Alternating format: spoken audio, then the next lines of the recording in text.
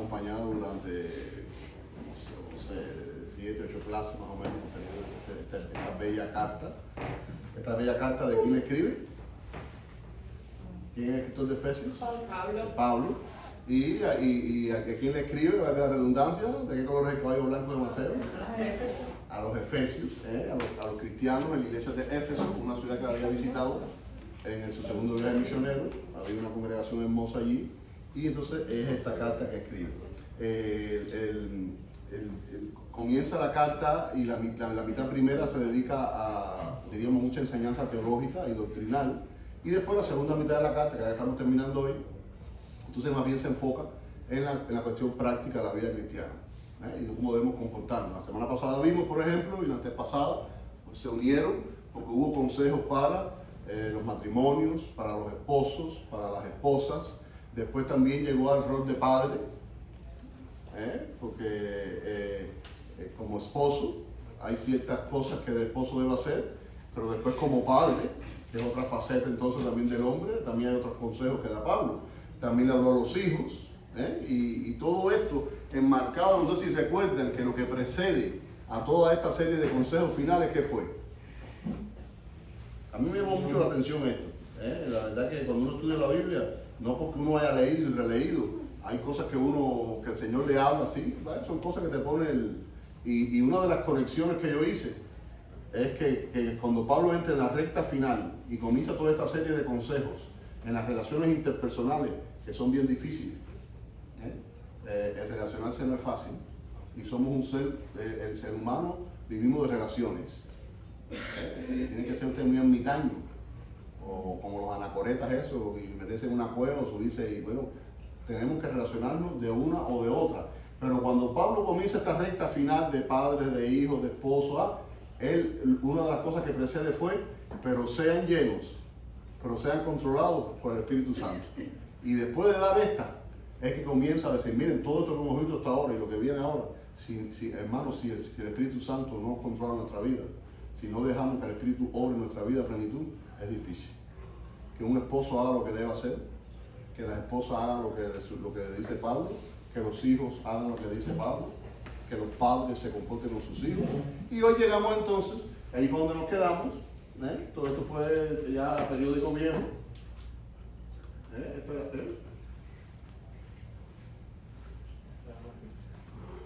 ¿qué pasó? Que se rompió.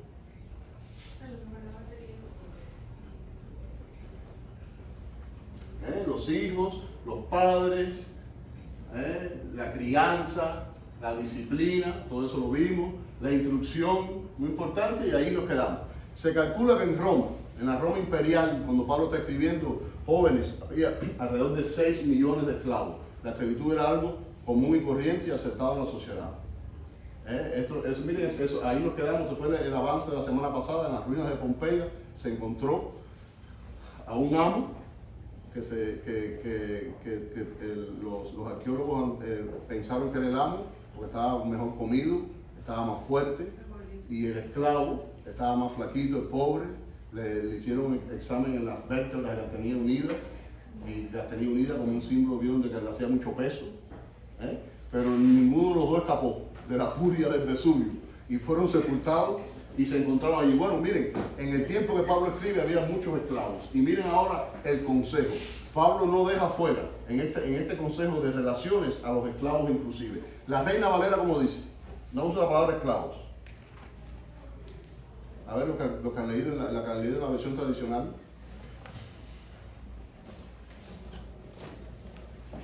¿Qué dice la Reina Valera en Efesios 6, 5? Siervos. Usa la palabra siervos. Pero la palabra siervos, esa que traduce Reina Valera, las versiones más modernas se ajusta más al griego que se escribió, hablando de la palabra esclavo, que era como tal la institución que estaba común en el tiempo de la esclavitud. Dice, los esclavos o los siervos, y esto cuando mencionamos el avance de esta clase, jóvenes, extendámoslo también. Esto sirve también para los que tienen relaciones de empleado y empleador. Joven, tú tienes gente bajo tu cuidado, tú tienes gente que tú le pagas, ¿no? Es decir, ok, tú eres un empresario entonces, un pequeño empresario. Esto que vamos a decir te sirve. Aquí hay otro empresario en la clase, tiene compañía propia. Aquí hay una empresaria por ahí atrás. Esto sirve para ustedes. Pero también el consejo de Pablo dice, entonces, es decir, empleados y empleadores. Porque en las dos vías viene el consejo bíblico. Esclavos o siervos, obedezcan a sus amos terrenales con respeto, con temor y con integridad de corazón. La Reina Valera dice, con sencillez. Miren, el subordinado, o en el tiempo de Pablo el esclavo, que no respetara a su amo terrenal, cuando hay una relación de este tipo y no hay respeto, la relación no marcha. Fíjense que lo que Pablo va a decir ahora nos parece, cuando lo oigamos, que son palabras frescas, sacadas de cualquier trabajo del siglo XXI que estamos. Respeto, temor, integridad o sencillez de corazón, y entonces ahí pone la regla y eleva el nivel como lo elevó Pablo. ¿Recuerdan cuando fuimos a poner el consejo de Pablo a los esposos?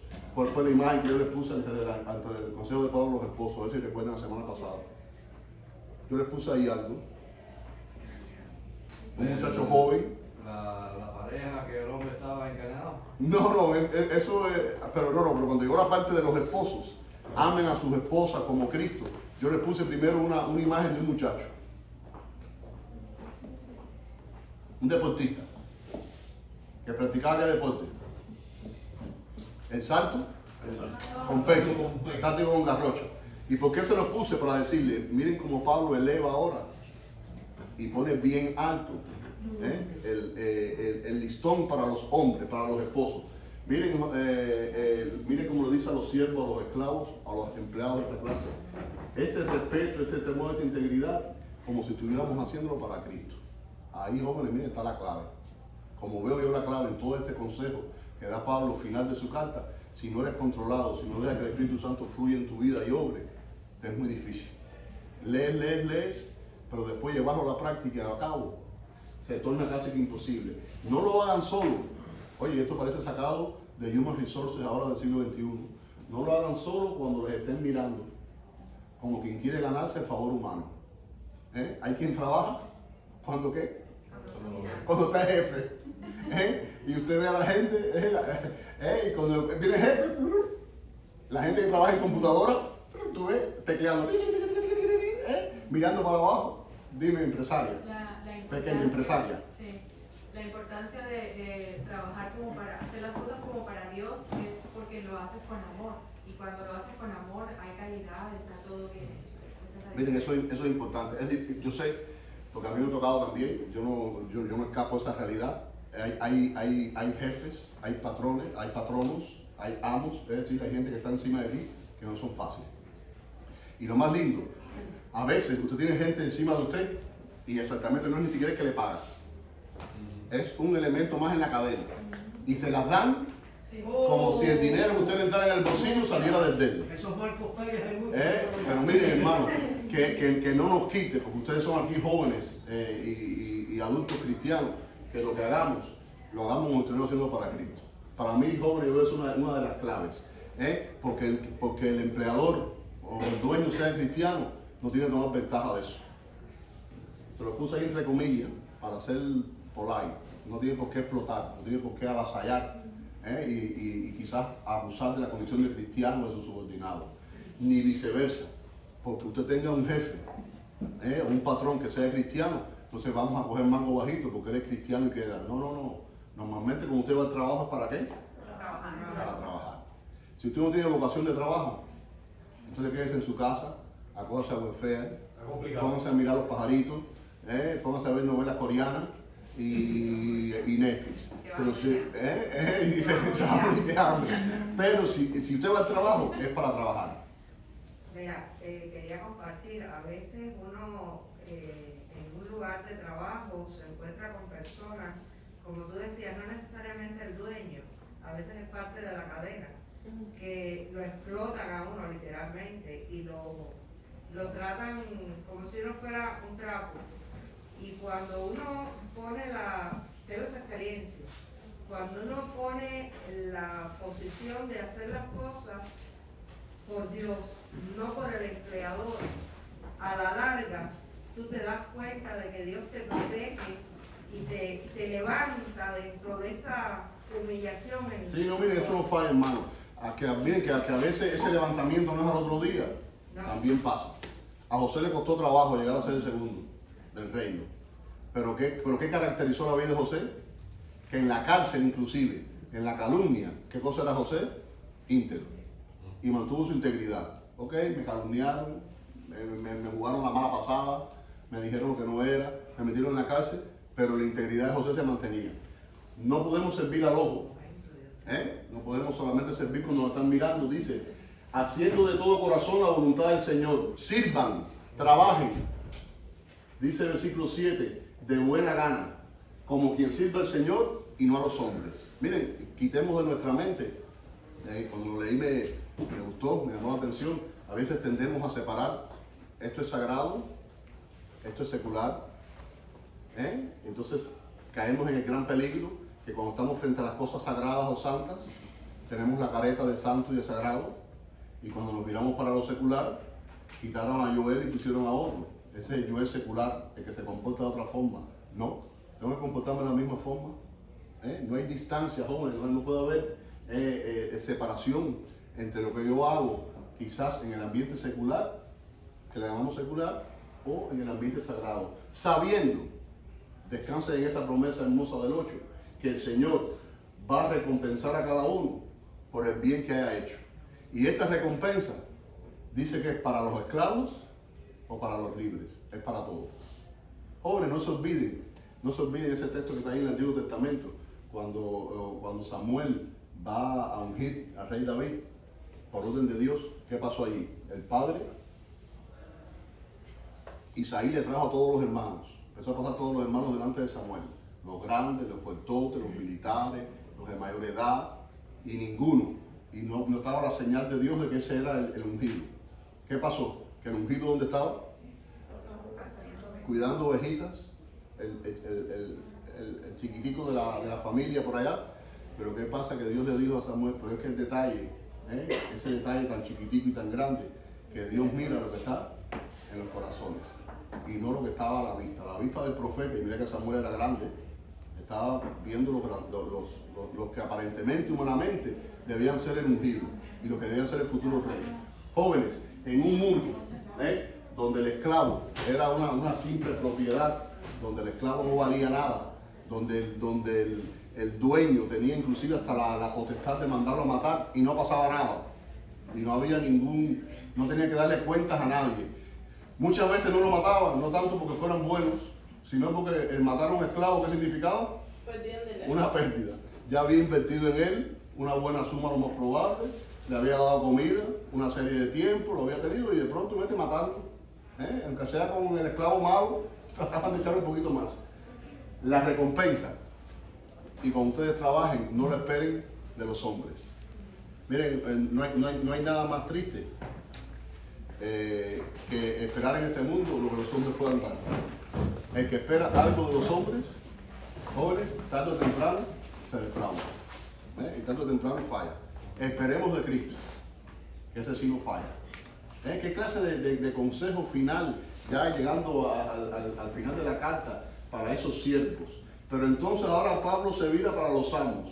Pero amos, oigan, me imagino que cuando leyeron esto en el primer siglo, esos que tenían bajo su control a hombres y mujeres, que les digo, tenían inclusive el poder de quitarles la vida, y de pronto ven que les dice, sí, pero miren, amos, ustedes correspondan a esta actitud de sus esclavos, dejando de amenazarlos.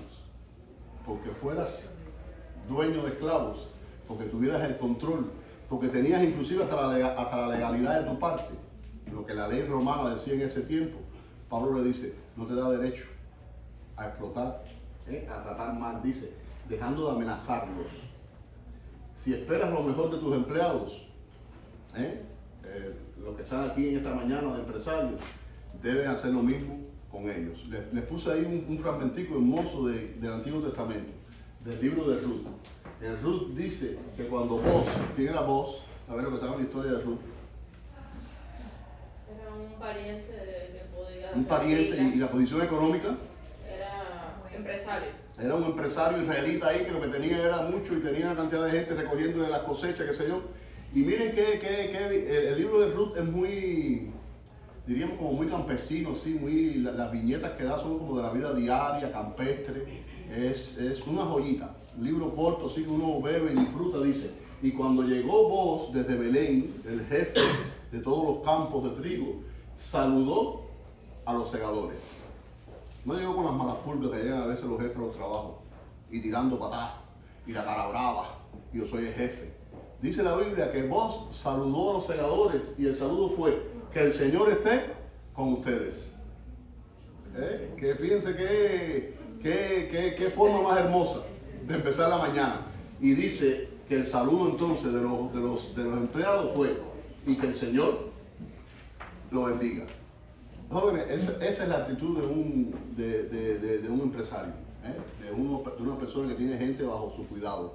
Sea amable, bendígalos en el nombre de Cristo, inclusive aunque no sean cristianos. Porque ustedes se mueven, me imagino, ustedes dos que tienen gente bajo su cuidado, y quizás no todos los que tienen sean cristianos, mucho menos, pero el ejemplo tienen que dar ustedes, porque los cristianos son ustedes, los que están representando a Cristo, los que están alumbrando, los que están salando, en el buen sentido de la palabra, porque para el cubano, el salado es otra cosa también, los que están dando sal en ese centro de trabajo son ustedes, dan sabor. Miren, dice, recuerden que tanto ellos como ustedes, esta es la palabra final de Pablo, los amos, tienen un mismo amo. Y la otra versión dice, o literalmente, un Señor en el cielo. No se piensen los amos terrenales que tienen un Señor que está por encima de ellos en el cielo. Porque les dijo Pablo, y con él no hay favoritismos.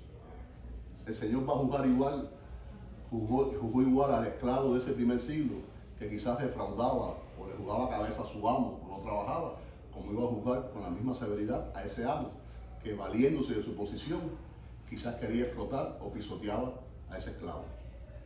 Y en el mundo moderno, igual va a juzgar a ese empleado que le juega cabeza, que sirve al ojo, que está escondidito, que nada más que trabaja y mueve las manitos cuando llegue el jefe, como esos jefes que quieren explotar a sus amos. Jóvenes, que cuando uno lee esto dice qué vigencia todavía tiene este mensaje de Pablo. Estamos hablando de una carta escrita hace 20 siglos. Y si solamente leemos y nos vamos por la parte de esclavos y amos, digo, bueno, ya, aquí no hay esclavos. Jóvenes, sigue sirviendo esta palabra. ¿Quiénes han ido al Museo del Louvre? En París, en Francia.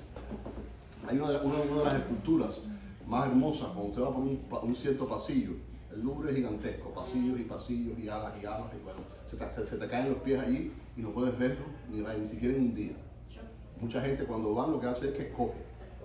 Bueno, deja ver lo que quiero ver y a lo mejor eso se consume 4, 5, 6 horas. La Mona Lisa. Y la Mona Lisa, esa Mona Lisa tan chiquitica como es.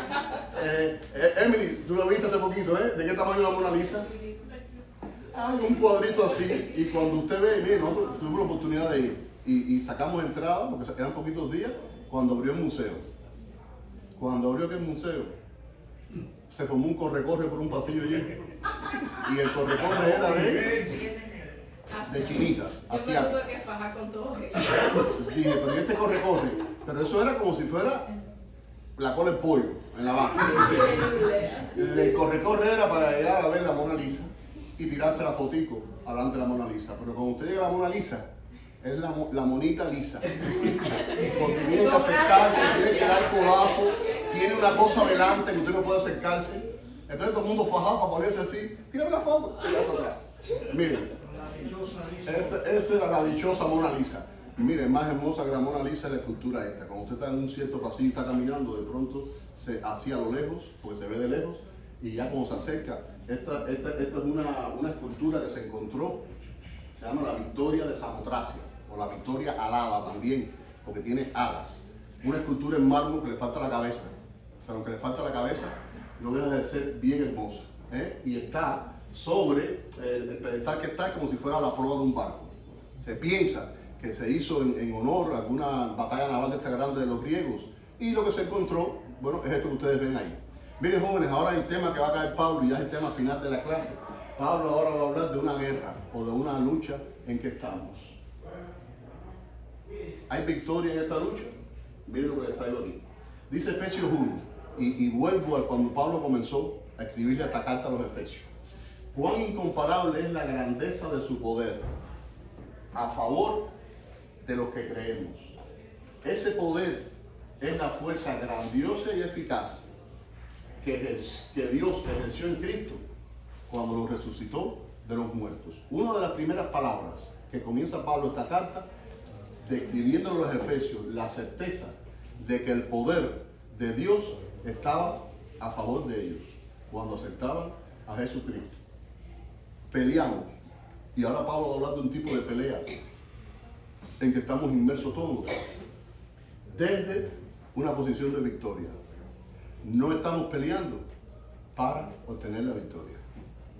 Ya la victoria la tenemos asegurada. Y miren ahora lo que dice Pablo. Hay un enemigo. Normalmente en todas las batallas y en todas las luchas, uno se enfrenta a alguien. ¿Y cuál es el líder y ese enemigo? Dice ahí, por último, fortalezcanse con el gran poder del Señor.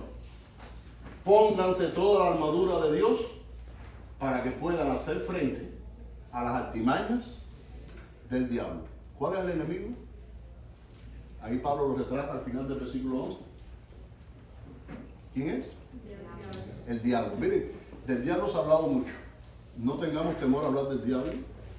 No juegue con el diablo tampoco. No es para hacer chistes tampoco del diablo. Pero sin temor, esté seguro, muchachos que están en esta clase y adultos de esta clase, que tenemos victoria sobre el maligno por medio de Jesucristo y del poder que resucitó Jesucristo. Dice Pablo, el mismo poder de Dios que fue el que levantó a Jesucristo y nos da la victoria a nosotros. Dice Apocalipsis 12, en la visión que tiene Juan, y fue expulsado el gran dragón, en la visión celestial ya de los últimos momentos, dice, y fue expulsado el gran dragón, y entonces dice Pablo, aclara, es aquella serpiente antigua que se llama Diablo y Satanás. Hay una batalla, una disposición final de Dios donde el diablo, la serpiente antigua, Satanás, es derrotado. ¿Qué dice Mateo 4? Y el tentador se le acercó a Jesús. Ese es otro de los títulos que tiene el maligno, el tentador. Dice Lucas 8, ustedes son de su padre el diablo. Óyeme, cuando Jesús se ponía duro allí con sus seguidores y los apóstoles, ahí nadie se escapaba, porque había que darle las orejas de vez en cuando. Desde el principio, miren cómo califica, ha sido un asesino y no se mantiene en la verdad porque no hay verdad en él. Cuando miente expresa su naturaleza porque es un mentiroso. ¿Cómo califica a nuestro enemigo? Juan es el padre de la mentira. Y dice 2 Corintios 4, el Dios de este mundo, Satanás, es el que ha cegado la mente de los incrédulos. Jóvenes, tenemos algunas de las características de nuestro enemigo. Y la Biblia habla bastante de nuestro enemigo. No debe cogernos de sorprendido y debemos estar preparados. Hay unas palabras que usa Pablo un poquito, diríamos, un poquito difíciles. Dice, para que podamos hacer frente a las artimañas o las acechanzas, cualquiera de las dos no se usa mucho en nuestro idioma, que nos hace el diablo. Mire, una artimaña, literalmente dice el diccionario que es una trampa que se le tiende para cazar un animal. Es decir, que el diablo nos está constantemente haciendo trampa. Una acechanza, cuando está, miren, dice ahí, una persecución cautelosa. Está al acecho, está velando, para en el momento preciso, cuando el leoncito en la sabana se quiere comer al venadito, al antílope. No es que al primero que ve le cae arriba, que hace el león, espera su momento. Espera allí, que se agacha, que tome agua, que se mire para abajo, que mire para arriba. Y en el momento que él cree, es que la ataca. No es que al primero que ve le cae atrás. Porque esos antílopes corren más que los leones. Y dicen jóvenes, acechar. Cuando miren, cuando estás observando con cautela. observas para hacer algo. ¿Qué es lo que pasa? Que la acechanza, este observamiento, esta observación que tiene el diablo con nosotros es para hacer lo malo, no es para hacer lo bueno. Ese es ahí. Miren, jóvenes, dice aquí, nuestra lucha no es contra seres humanos, entonces según que leemos versión internacional, sino contra poderes, contra autoridades, contra potestades que dominan este mundo de tinieblas, y lo califica que son fuerzas espirituales malignas. Miren, el diablo, jóvenes, los que puse acá abajo, es un ser creado, no es eterno. El diablo no está en todas partes, no es omnipresente, no es omnisciente, no es omnipotente. Pero miren, el detalle es que el diablo tiene un gran ejército que lo acompaña. Y Pablo lo califica poderes, autoridades, potestades, fuerzas espirituales que nos están rodeando, y es el ejército que se ocupa. Esto lo leí en un libro, se lo traigo a ustedes que son unos jóvenes y adultos inteligentes, como la idea, no sé si la has oído alguna vez, hermano, de un pastor que la puso en un libro. ¿Cuántas fuerzas espirituales, cuántos demonios, cuántas fuerzas malignas hay? No, podemos especular de otros pasajes de la Biblia, pero no. Hay un escritor, claro, cuando digo escritor es un pastor y qué sé yo, vaya, y profesor de seminario, que dice, ¿quién sabe si esto que dice Apocalipsis 12, y apareció en el cielo una señal, y un enorme dragón de color rojo encendido, que tenía cabezas, cuernos, qué sé yo, y con su cola, lo ve como entonces en la caída de Satanás, arrastró la tercera parte de las estrellas del cielo. Es decir, que en la caída de Satanás, este escritor bíblico ve como que arrastró la tercera parte de los seres angelicales. Quiere decir que los demonios y los seres celestiales son bastantes. Esto se los dejo solamente así como una cosita que leí y me pareció interesante comentárselo. Miren, jóvenes, esos seres espirituales están dándose la tarea de cazarnos como animales salvajes. Están dándose la tarea de acecharnos, de perseguirnos de forma cautelosa, esperando el momento preciso para mordernos. Nos están observando. No pueden vivir con miedo. Les repito, porque estamos en una posición de victoria, pero no podemos tampoco descuidarnos. Pablo, la palabra que usa es, estamos en una lucha, en una batalla, no somos espectadores. No minimicemos esto tampoco. Aquí les he puesto el Maracaná. ¿Dónde está el Maracaná, Eric? En Brasil. En Brasil, en Río. Oigan, ahí un juego de fútbol que es impresionante. Todos los que están aquí sentados, todos esos miles, y a eso le caben miles de contra miles, no me acuerdo la cifra ahora, ¿son qué cosa? Espectadores. Por mucho que griten, son espectadores. Pero ahí arriba, he puesto una imagen de una película de la Segunda Guerra Mundial, esos no están de espectadores, esos están inmersos en la batalla. Así estamos nosotros, jóvenes, en esta batalla contra los seres espirituales. Pablo escribe, recuerden que estaba en este momento preso en Roma, el imperio más grande que ha existido, con un poder militar y una máquina militar que funcionaba como una rueda dentada, no fallaba. Eso era, las legiones romanas eran invencibles, a donde llegaban, se piensa que más o menos sí, los romanos eran así más o menos como eso lo estamos poniendo ahí. Esto lo hacen en la actualidad, de vez en cuando hacen así como desfiles y cosas. Esta es la Roma actual ya, porque miren el Coliseo ahí como está ya desbaratado. Y entonces, Roma tan pintoresca, la llenan así de gente vestida, ¿no? A la usanza del Imperio Romano y qué sé yo. Miren ahora la imagen que usa Pablo. O mejor dicho, antes de ver la imagen que usa Pablo de la armadura, les quiero traer este detalle. Esto de la mitología griega, por supuesto. ¿Recuerdan hace unos tiempos atrás que hablamos de Troya, de la guerra de Troya? En la guerra de Troya, que llena de mitología y de héroes y superhéroes y gente que era mitad hombre y mitad dios. Uno de ellos es Aquiles. De Aquiles sale la historia o sale la frase esta tan usada del tendón de Aquiles. ¿Qué dice la mitología griega? Que su madre quiso hacerlo inmortal y lo sumergió en el río. Ese río es Estigia, o un lago, a veces también dice la mitología. Pero para sumergirlo y hacerlo inmortal, tenía que agarrarlo por algún lugar. El único lugar que lo pudo agarrar fue por el tendón, al bebecito. y lo sacó.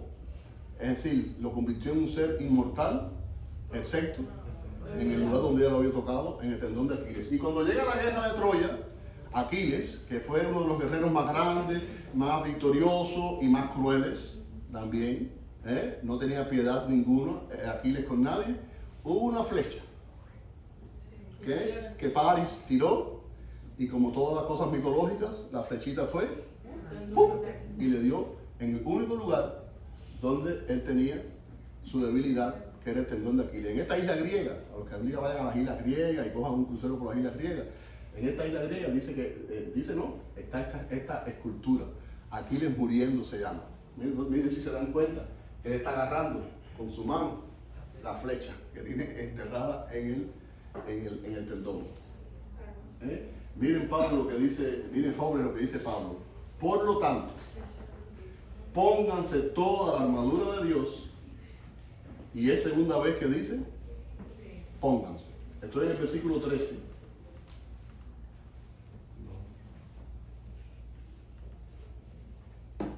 En el versículo 11 dijo, pónganse la armadura de Dios.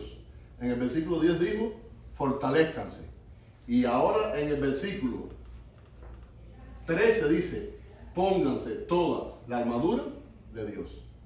Pónganse, fortalezcanse. ¿Qué está diciendo Pablo aquí? Que se preparen. Que se preparen, pero ¿qué?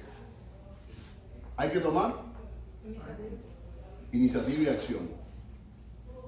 La armadura está de parte de Dios para nosotros, pero dice, fortalezcanse, póngansela. No va a venir volando la armadura, ¡pum! Y te cayó arriba de ti. Y dice, toda la armadura. No te pongas el casco y dejes fuera las zapatillas. No cojas la espada y dejes fuera el escudo. Dice, toda la armadura de Dios. Porque dice, cuando llegue el día malo, van a poder resistir con firmeza. No podemos, jóvenes, dejar ninguna parte. Porque en esa parte que dejemos, puede ser nuestro tendón de Aquiles. Y no duden que el maligno, por nuestras debilidades, entra y trabaja. Y resbalamos. Y caemos, nos rompemos la cabeza, nos rompemos un hueso. Pónganse toda la armadura de Dios. Repiten el otro versículo, pónganse toda la armadura de Dios. ¿Y en qué consiste la armadura de Dios? Manténganse firmes, ceñidos con el cinturón de la verdad. ¿El cinturón en la armadura para qué servía? ¿Para qué servía el cinturón? ¿Para qué? Aguantar la falda. Para aguantar la falda y todo. Miren, sin cinturón, esa armadura sin cinturón la armadura era un traje de carnaval. Hacía falta el cinturón que aguantara y uniera todo. Y la espada. ¿Eh? Y la espada que se baila. Sin cinturón, miren, era un disfraz, el carnaval de Venecia. Miren, jóvenes, cuando vivimos en la verdad, no duden que el primer derrotado es el mismo Satanás. La verdad es lo que mantiene unido esta armadura. Nuestra vida cristiana, jóvenes, tenemos que ser hombres y mujeres, muchachos y muchachas, que vivamos en la verdad. David fue un hombre tremendo, cantor, dulce cantor, poeta, con tremendas ideas, militar, pero en un momento de su vida falla, no vive con la verdad, oculta su pecado casi un año, y de ahí para adelante la vida de David fue un desastre en sus días finales. Jóvenes, ¿y quién es la verdad? ¿Cuál es esa verdad que tenemos que ceñirnos de ella? ¿Cuál es esa verdad que va a unir todas las partes de la armadura y no va a dejar que una se vaya por allá y otra por acá? ¿Quién es la verdad?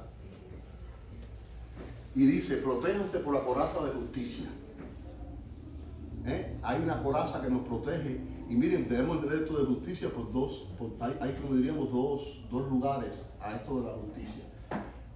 Jóvenes, la primera justicia, dice ahí 2 Corintios 5, al que no cometió pecado, está hablando de Jesucristo, dice, Dios lo trató como un pecador, para que por medio entonces de ese trato que le dio Dios a Jesucristo y ese sacrificio, nosotros, ustedes y yo, recibiéramos la justicia de Dios. Somos justos por lo que Jesucristo hizo por nosotros. Pero también, miren, también debemos vivir de manera justa. No solamente esta posición de justicia, de justos delante de Dios que tenemos por Jesucristo, sino que nuestra vida cristiana, le dijo Pablo hace dos capítulos atrás, pónganse ropajes de la nueva naturaleza, creada a imagen de Dios en verdadera justicia y santidad. Una de las cosas que hace el maligno es que constantemente nos está acusando delante del Padre. ¿Y qué es lo que pasa? Que dice la Biblia que hay un defensor 24 horas, 7 días a la semana, que está diciendo, bueno, todo eso que dices contra él, yo puse mi vida y puse mi sangre por él, por Darwin, por Orlandito, por Danielita, por mí. Es decir, viene la acusación del maligno, del padre de la mentira, pero viene ahí el justo y dice, pero por ese morí yo. ¿Quién es ese muchacho? Jesús. Jesucristo. El que nos asegura nuestra salvación es el mismo Señor. Y miren también lo que dice Pablo, y pónganse el calzado con la disposición de proclamar el Evangelio de la paz. El calzado también era importante.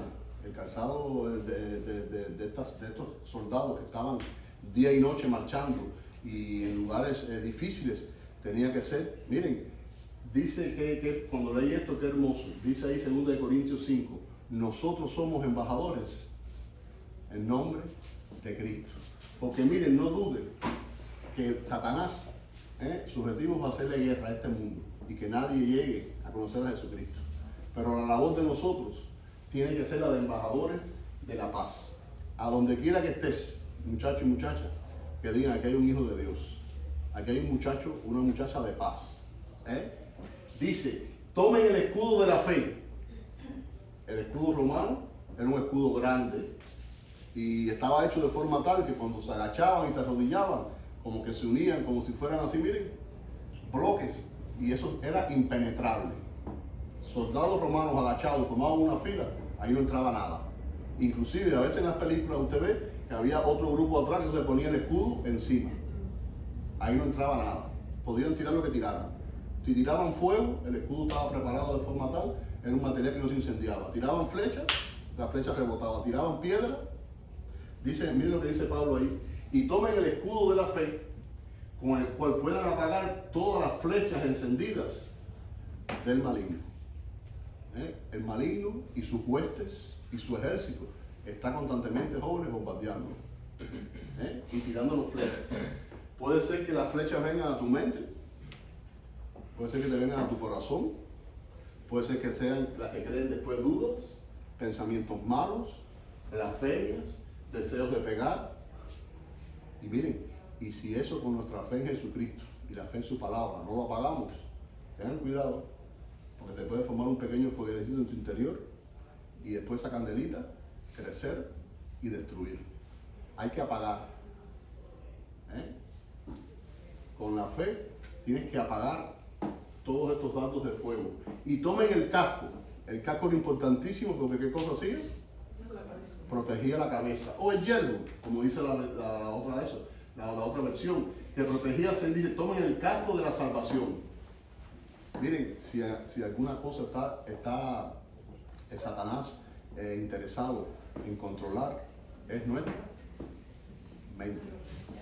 Cuando tu mente es controlada, y vuelvo a lo anterior, cuando no es controlada por el Espíritu Santo y cuando no es llena, estás en un terreno movedizo totalmente.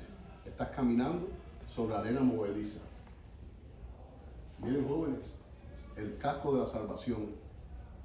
Jóvenes, tenemos que profundizar en nuestra relación con el Señor, en la vida cristiana, en la oración, en la lectura de la palabra.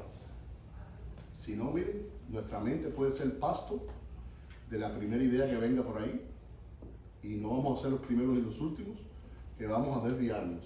Y dice, y también tomen la espada del Espíritu, que es la palabra de Dios. La espada. Un soldado romano dependía. Su arma defensiva por excelencia, ¿qué cosa era? La espada. Dice ahí Hebreos 4, la palabra de Dios es viva y poderosa y más cortante que una espada de dos filos. La espada de dos filos tiene el filo por aquí y por acá, por los dos lugares. Cuando esa espada entra y sale, Ahí no hay nada. Y fíjense la comparación, el símil que hace el escritor de Hebreos, que dice que la palabra de Dios corta más todavía que una espada que tiene filo por los dos lugares. Y diríamos que es el tipo de espada que más corta, así que de ahí para allá no hay más, hecha por el hombre. Y penetra. ¿Por qué? Porque la palabra del Señor penetra, jóvenes, hasta lo profundo del corazón, hasta la médula de los huesos, y juzga lo que no puede hacer nadie, los pensamientos y las intenciones del corazón. Ahí solamente llega la palabra del Señor. Yo no sé lo que está en sus mentes, ni usted sabe lo que está en la mía, pero el Señor sí sabe. Y cuando dependemos de la palabra, miren, no solamente está la revelación del Señor, sino que miren, ella es la que nos corta y llega hasta lo más profundo. La espada física lastima y daña, pero la espada del Espíritu, jóvenes, cura y da vida. Les traigo aquí, fíjense si cualquiera diría, bueno, Pablo para describir esta armadura se estaba basando en ese soldado que estaba al lado de él. No es desacertado pensar eso. Pero no es desacertado pensar que Pablo tenía en su mente, yo soy el camino, la verdad y la vida. ¿Quién es la verdad en nuestra vida? Dios lo trató como pecador para que recibiéramos la justicia de Dios. ¿Quién es nuestra justicia? ¿Quién es nuestra justicia? Pero Cristo es nuestra paz. ¿Quién es nuestra paz? Y vivo por la fe. Camino, creo y dependo de las promesas de Dios por la fe que tengo en Cristo Jesús. Mis ojos han visto tu salvación. ¿Quién es mi salvación? En el principio era el verbo, y el verbo estaba con Dios, y el verbo, la palabra, era Dios. ¿De quién está hablando Juan? Jóvenes, cuando tenemos a Cristo, tenemos la armadura. Por eso no podemos cansar de predicar a Jesucristo. Porque cuando tengas a Cristo, vas a tener en tu vida la verdad, la justicia, la paz, la fe, la salvación y la misma palabra de Dios revelada. Pablo quizás usó la imagen del soldado que estaba al lado de él, pero quizás Pablo lo tenía también en su mente. Me parece que esta idea inclusive es más bella, inclusive, y se aparta de la tradicional, que tenía en su mente a Jesucristo. Y diciendo, teniendo a Jesucristo, estoy completamente equipado y completamente armado. ¿Cómo termina la carta? Dice, oren en el Espíritu en todo momento. Jóvenes, el consejo de Pablo, mejor no podía terminar esta carta. Después de tanta teología al inicio, después de tantas relaciones prácticas en la segunda parte de la carta, les dice a los efesios y nos dice a nosotros hoy, pero oren en todo momento, manténganse alerta. Dice la otra versión, velando. Y oren también por mí. Pablo pide oración porque dice que estaba preso. Y fíjense que no pedía por su liberación, sino para que en esa condición que él estaba, la palabra de Dios siguiera produciendo frutos allí. ¿Cómo termina la carta, muchachos? Estamos en un ejército. Tenemos frente a nosotros las huestes espirituales de maldad. Tenemos al padre de la mentira que la está capitaneando en contra nuestra. Pero miren, no estamos solos. Pablo se despide y dice, conmigo está un muchachito, un joven que se llamaba Tíquico. Tienen un nombre ahí para cuando tengan un hijo varón. Es un nombre del primer siglo, Tíquico. Y lo califica como fiel servidor del Señor. Jóvenes, no estamos solos en esta batalla. Pablo estaba preso, pero tenía gente fiel que le llevaban ofrendas, gente fiel que después las cartas que él escribía las llevaba a las congregaciones. Él no estaba solo, no camine solo, no pelee solo en esta batalla. ¿Y cómo se despide? Un hombre preso, un hombre que estaba con su vida pendida de un hilo. Cuando su caso fuera examinado por el César, lo encontraban culpable, hasta ahí llegó Pablo.